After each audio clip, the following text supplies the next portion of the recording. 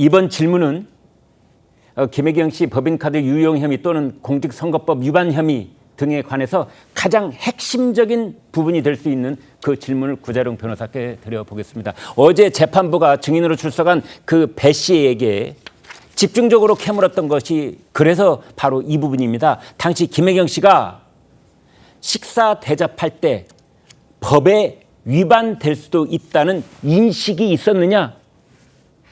라고 생각하느냐고 질문을 했는데 그 수행비서에 있던 배 씨가 예 라고 여러 차례 대답을 했다는 겁니다.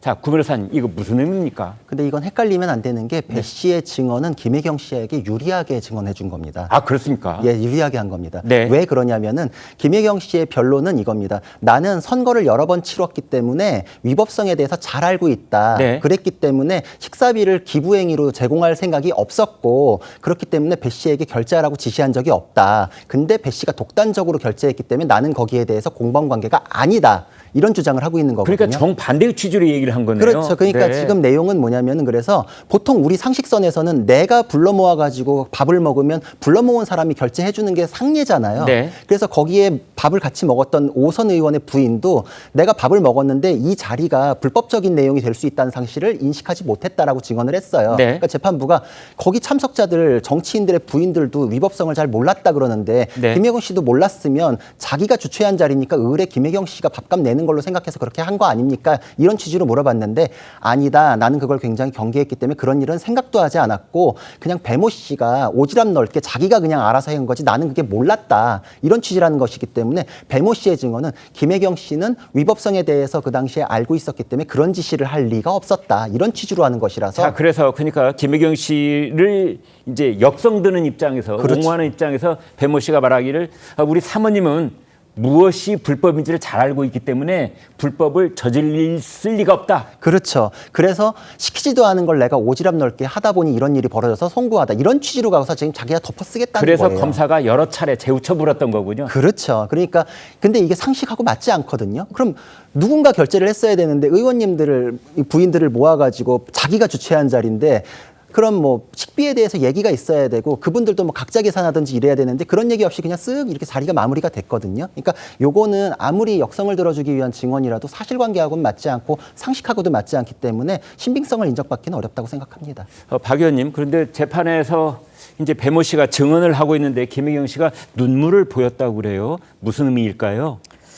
글쎄요, 뭐 정확하게는 뭐 제3자의 입장으로서는 알 수가 없습니다만 아무래도 좀 복합적인 심정일 것으로 추정이 됩니다. 네. 왜냐하면 일단 지금 이 재판이나 수사 과정에서 김혜경 씨가 결국에는 어떤 이 수사를 바라보는 과정이 결국 야당 탄압의 일환이다 이렇게 보고 있는 시각도 분명히 있는 거잖아요. 네. 야당 입장에서는.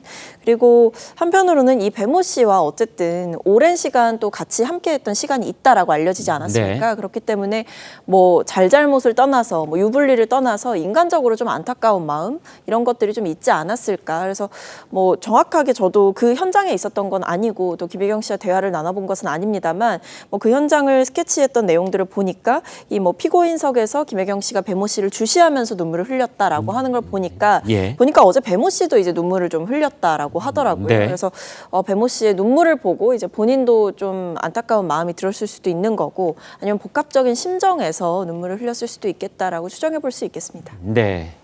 자, 호준석 대변인께요. 네. 그런데 우리 법은 대개 이제 부부가 함께 재판정에 서서 가령 유죄냐 무죄냐를 가를 때 그 부부 모두에게 형을 이제 선고를 한다든지 이런 걸 좀 피하려고 하는 경향이 과거에는 있었는데 네. 이제 다음 달 14일, 15일 아내가 먼저 이제 재판을 받고 그 다음 날 남편이 받고 이런 상황인데 네. 물론 사건은 다른 사건이에요. 네, 네. 어떻게 될까요? 전혀 다른 사건이니까요. 그것은 네. 참작하기는 어렵다고 생각하고. 참작 안 할 것이다. 네. 네. 정말 떳떳하시다면, 네. 잘못이 없다면 지금 발 뻗고 주무실 것이고, 네. 그렇지 않다면 굉장히 불안하시겠죠. 저는 이 사건이 마치 겨우 10만 원 가지고서 이렇게 제1야당 대표 부인을 괴롭히느냐 이렇게 하시는데, 네. 사실은 무려 3년에 걸쳐서 경기도의 법인카드를 우리가 잘 아는 소고기, 초밥, 뭐 일제 샴푸 등등해서 거액을 유용한 그런 그 혐의 중에서 이 선거법과 관련된 부분 우선 이제 기소돼 가지고 재판 받는 것이지 않습니까? 네. 이재명 대표 사건도 마찬가지입니다. 이게 뭐 누구를 아냐 모르냐 기억력 테스트 이게 아니고 반군 일의 최대 비리라는 대장동 비리 꼬리 자르기를 했느냐 이제 그 부분이지 않습니까? 네. 저는 11월에 이재명 대표 부부의 위기가 아니라 대한민국 사법정의가 실현되느냐 살아있느냐 이 위기라고 생각하고요. 대한민국의 사법정의는 살아있다고 저는 생각합니다.